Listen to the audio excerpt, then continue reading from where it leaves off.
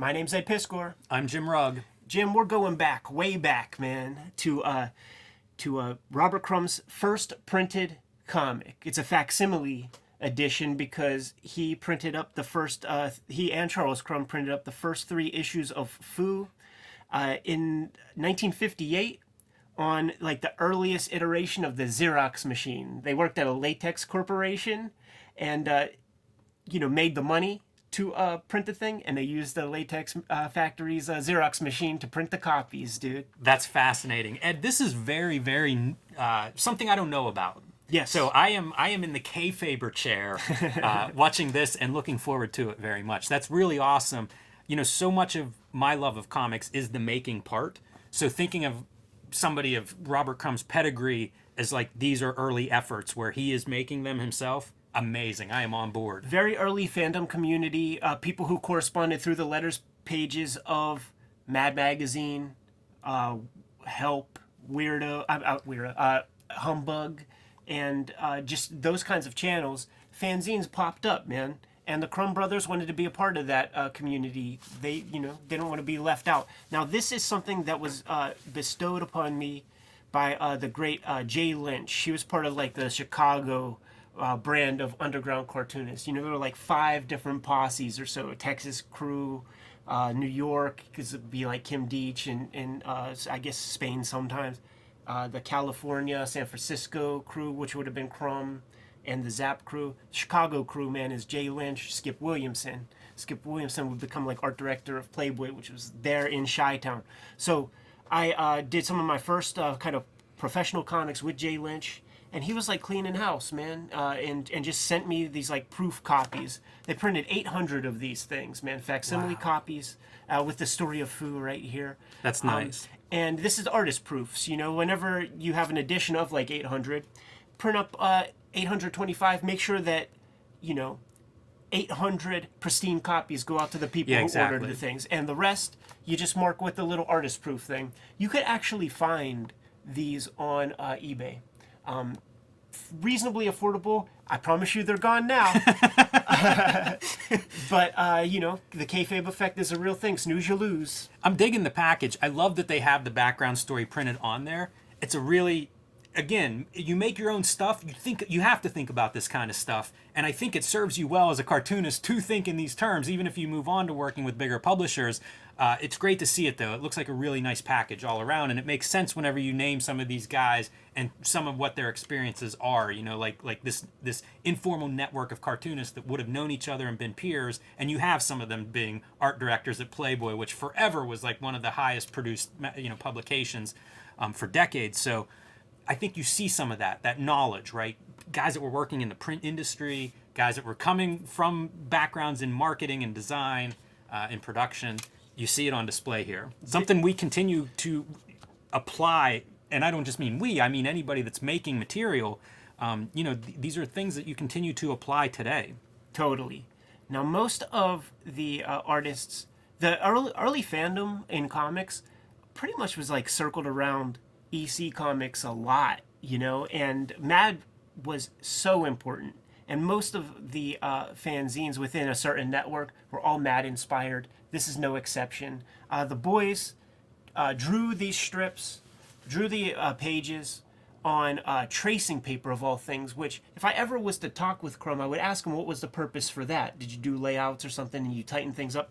The consequence of doing the tracing paper drawings, if you've ever spent more than 5 minutes drawing something on a piece of tracing paper, when the moisture in your hand transfers to the tracing paper, bubbles up and coils. Now put that on the Xerox and see what happens. You're going to see imperfect printing and warping because of the tools that were used, man. Yeah, man. Well, let's get them out and see that, because I am salivating to see this stuff. Early Xerox. That's such an interesting idea. Xerox has changed so much over the years. In the 2000s, it becomes digital, and a lot of what I associate with Xerox doesn't exist anymore, sadly, because it's such a part of like zine culture, and you see it in the iconic zines of the past. So here it is, man. Facsimile copies of the first of the 3 issues of FOO, September, October, November. The plan was to sell enough of these at school. I think they were still in high school. sell enough of these at school so that you could maintain the monthly schedule. I think they said they sold exactly like 3 copies.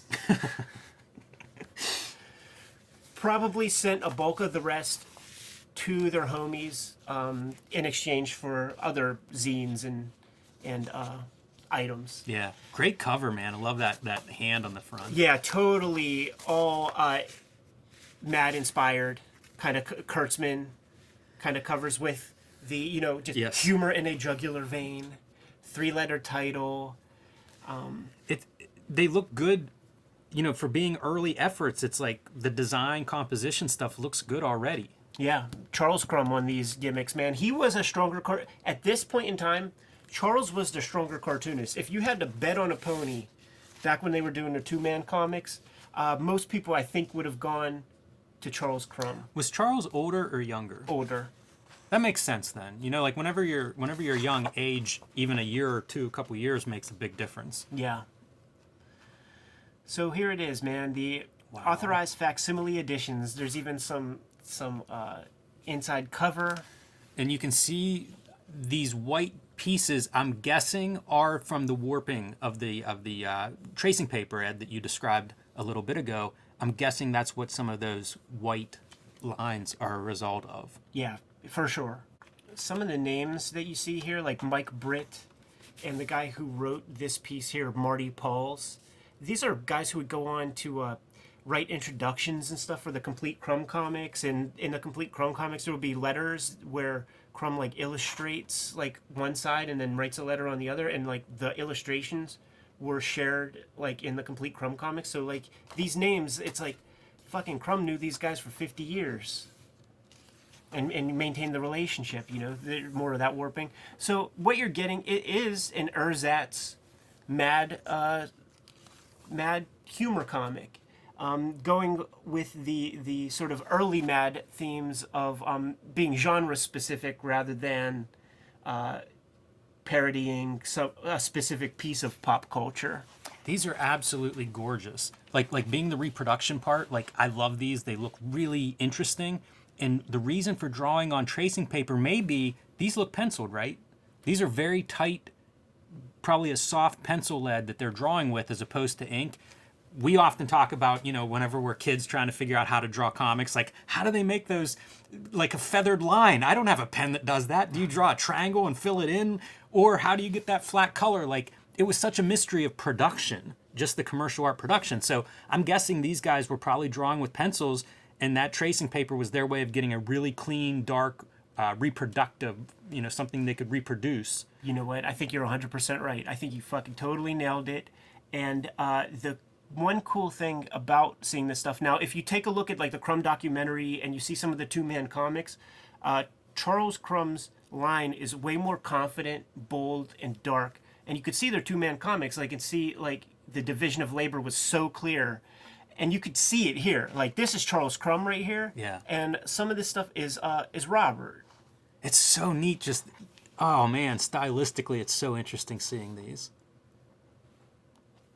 It's cool to think of the influences that they're drawing from, compared to so many people of our generation that draw from the Marvel DC stuff. You know, it's like this is a whole nother set of influences on display. Yeah, they're the sons of Walt Kelly.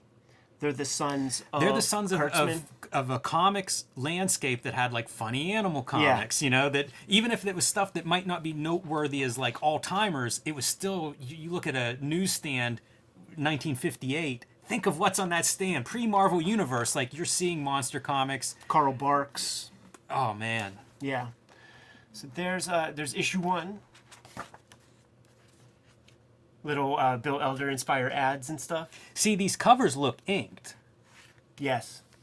And this is different. This is Mike Britt did this piece, but this is very much inked, I think. It certainly look like those lines certainly look like an ink line. Like a pen, yeah. Mm-hmm. Mad started doing specific parodies, so they're gonna jump into that a little bit, man. They got some actual letters. Very cool. The Animal Town comics, like in the documentary, Robert Crumb mentions that like Animal Town Comics Club was like the family's comic book company, and Charles like tasked all of them with like making comics Yeah. under the brand and everything. So there it is, right there, Milford, Delaware. Wow. Now this looks like it's inked. Yeah, they upped their production values. And I think you can see it in these speckled dots. That's a hard mark to make with a pencil. yeah. Break a lot of pencil tips trying to do those.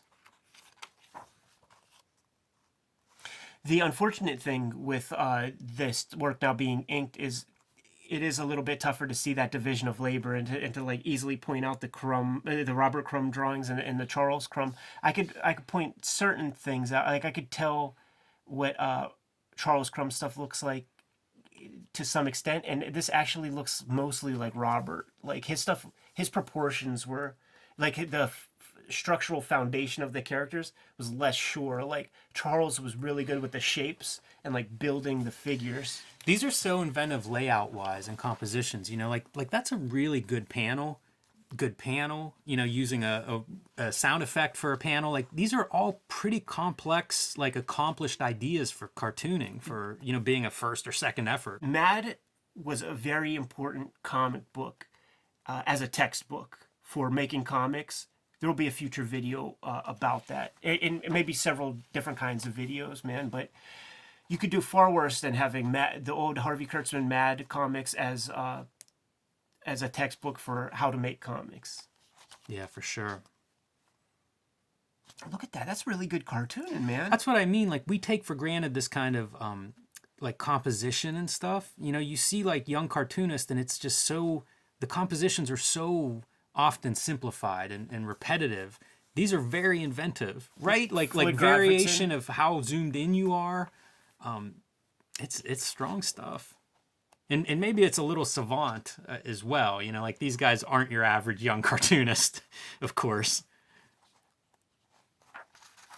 Whoa. This is Robert. This is definitely Robert Crumb. Wow. Work. Wow. You know, his earliest endeavors at the crosshatch. Amazing, these pages. Borderless panels, man. And it just creates an air. Yeah, open panels, yeah, sure. And imagine like there's no Google image search. So now you have to get horses in perspective and carts and junk, like a good castle, like yeah, all the details of like furniture and things, doors. There's the famous Neil Adams is like, how do you draw? Nobody knows how to draw even a window. Oh man, there's so much interesting stuff in these. It's almost like etchings. Like was how old is Edward Gorey? Like, is he before this shit? Yeah, I'm trying to figure that. That's what I'm thinking too, of different stuff. Like it reminds me of Humbug, some of the line work and stuff, which I was after this, right? No, I don't think so. Because the this is 58. The Mad comic is like 54. Humbug comes after. So it's in the 50s. Like this, Humbug was probably out by the time they did this. These are great pages. Really great pages. Super close-ups. As you know, the borderless stuff that isn't necessarily an open panel, but oh man. And it is Kurtzman storytelling. Like what this, like, you know, it's the visit with Dracula or whatever. And if you take a look at the Batboy strip, whenever it's revealed that Batboy has fangs, it's this beat, you know, except it's like on the mouth.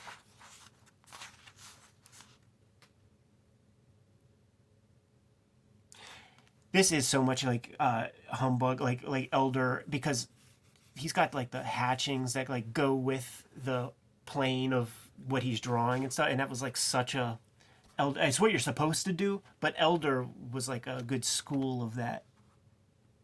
Charles Crumb has a little editorial gimmick. I was gonna say, I wonder if some of this stuff is kayfabe. If there are some fake letters and things in here. Potts Rebbe, man, important mad word. There was your Batboy reference too. Ah, yes. All right, man. The final issue. Well, actually, like, pay a little attention to that piece. Why not? It's a nice illustration with the round, no edge, but Was Richard Nixon fucking around back then? yeah. Oh yeah, Vice President Nixon.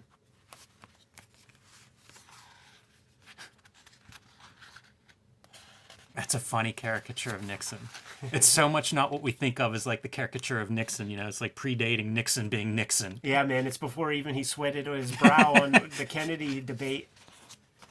Oh, wow. These are incredible. Oh, look, they got letters from China. You think that's kayfabe? I don't know, man. Maybe it was big in China. Also, is that Russian? That's awesome. That's so peculiar. I'm just struck with how graphically successful these are. This reminds me so much of some of the Chester Brown comic look. You know, Agreed. that heavy border and big margins. Yeah, agreed. And I think that this is Charles. Yeah. This is definitely Robert. That might be This Charles. is amazing. Like that whole page, really, really strong. They're great with spotting blacks.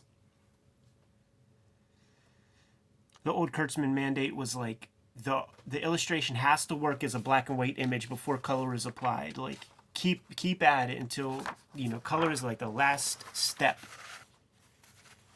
What's the text piece? Let's see. Is that like a funny story, like a play? Yeah, I guess so. Okay. Interesting format.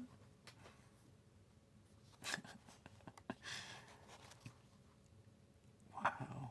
Oh, see, they're starting to solicit other cartoonists, man, to do work, and this guy's really fucking good. Yeah. This piece is reprinted in Complete Crumb Comics. Really great pages. All of it. From here, Robert Crumb will probably be moving on to the American Greetings Company within a year or two. You know, once he graduates high school, he's out, man. He's not going to stay in that fucking environment any longer. But some of this material was used in his portfolio. You know, it makes sense. To get, you know, like some of this lettering and stuff feels very professional, very illustrative.